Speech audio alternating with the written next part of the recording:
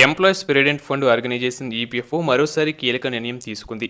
ఉద్యోగులకు శుభవార్త చెప్పింది. అధిక పెన్షన్ ఆప్షన్ను పునరుద్ధరిస్తున్నట్లు ప్రకటించింది. పూర్తి బేసిక్ పే ఆధారంగా ఎంప్లాయీస్ పెన్షన్ స్కీమ్కి కంట్రిబ్యూట్ చేసేందుకు అవకాశం కల్పించిన పాత ఆప్షన్ను మళ్లీ తీసుకొచ్చినట్లు టైమ్స్ ఆఫ్ ఇండియా నివేదిక తెలిపింది. దాదాపు 12 ఏళ్ల తర్వాత ప్రభుత్వ సంస్థ తీసుకున్న ఈ నిర్ణయంతో ఉద్యోగులకు లబ్ధి చేకూరనుంది. అయితే అది పరిమిత సెక్షన్ సబ్స్క్రైబర్లకు మాత్రమే ఉంటుందని, గతంలో హయ్యర్ పెన్షన్ కంట్రిబ్యూషన్స్ ఎంచుకున్న వారికి వర్తిస్తుందని తెలిపింది. 2014 సెప్టెంబర్లో ప్రావిడెంట్ ఫండ్ సంస్థ పెన్షన్ వేతనంపై పరిమితి విధించినప్పటి నుంచి చాలా కాలంగా ఉన్న గందరగోళం నేపథ్యంలో ఈపీఎఫ్ఓ ఈ నిర్ణయం తీసుకున్నట్లు నివేదిక పేర్కొంది. 2014 సెప్టెంబర్ 1వ తేదీన ఎంప్లాయీస్ పెన్షన్ స్కీమ్ కనీస పెన్షన్ను ₹1000గా నిర్ణయం తీసుకున్నారు. అదే సమయంలో పెన్షన్ పొందేందుకు అర్హత గల వేతన పరిమితిని నెలకి 15,000గా నిర్ణయించారు.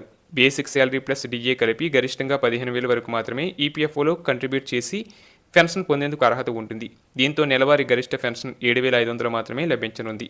అలాగే కొత్తగా ఉద్యోగంలో చేరిన వారు బేసిక్ శాలరీ డిఏ 15,000 పైన ఉంటే వారు తమ పూర్తి బేసిక్ పే ఆధారంగా పెన్షన్ పొందేందుకు అవకాశం ఉండదు.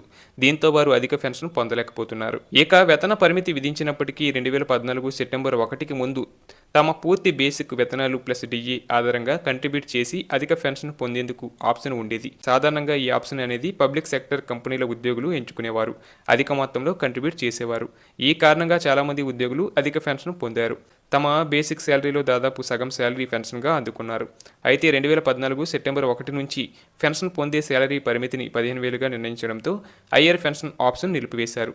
దీంతో అప్పటికే హయ్యర్ కంట్రిబ్యూషన్ ఆప్షన్ ఎంచుకున్న ఉద్యోగుల్లో గందరగోళం నెలకొంది. ఇక తాజాగా టైమ్స్ ఆఫ్ ఇండియా రిపోర్ట్ ప్రకారం ఉద్యోగులు తమ పూర్తి బేసిక్ శాలరీ డిఏ ఆధారంగా అధిక పెన్షన్ కోసం కంట్రిబ్యూట్ చేసి గతంలోని ఆప్షన్ పునరుద్ధరిస్తున్నట్లు కేంద్ర ప్రభుత్వం క్లారిటీ ఇచ్చింది. ఇది కొత్త బెనిఫిట్ కాదని, గతంలో ఉన్న ఆప్షన్ కేవలం పునరుద్ధరించినట్లు ప్రభుత్వ అధికారులను ఉటంకిస్తూ టీఓఐ నివేదిక తెలిపింది. ఈ నిర్ణయం కేవలం 2014 సవరణకు ముందు హయ్యర్ పెన్షన్ ఆప్షన్ ఎంచుకున్న వారికి మాత్రమే వర్తిస్తుందని గుర్తుంచుకోవాలి. ఇది ఈపీఎఫ్ఓలోని సబ్స్క్రైబర్లందరికీ ఆటోమేటిక్గా వర్తించదు. అధిక మొత్తంలో కంట్రిబ్యూట్ చేస్తామని అంగీకారం తెలిపే వారికే వర్తిస్తుంది. అలాగే తమ కంపెనీ యాజమాన్యం ఆమోదం లేకుండా ఉద్యోగి ఒక్కడే ఈ నిర్ణయం తీసుకోవడానికి వీల్లేదు. గతంలోని అధిక పెన్షన్ ఆప్షన్ పునరుద్ధరణ అనేది అర్హులైన ఉద్యోగులకు మాత్రమే వర్తిస్తుంది. ఈపీఎఫ్ఓలోని చాలా తక్కువ మందికి మాత్రమే వర్తిస్తుందని తెలుస్తుంది. గతంలో హయ్యర్ కంట్రిబ్యూషన్ ఆప్షన్ ఎంచుకుని ఉన్నవారికే వర్తిస్తుందని సమాచారం. 2014కి ముందు ఎంచుకొని ఆ తర్వాత ఆగిపోయిన వారు ఇప్పుడు మళ్లీ ఎంచుకునే అవకాశం ఇచ్చినట్లు తెలుస్తుంది. అలాగే చాలా వరకు ప్రైవేట్ సెక్టర్ ఉద్యోగుల పీఎఫ్ కంట్రిబ్యూషన్ గరిష్ట వేతన పరిమితిని 15,000గా నిర్ణయించారు. దాని ప్రకారమే కంట్రిబ్యూట్ చేసి పెన్షన్ పొందాల్సి ఉంటుంది.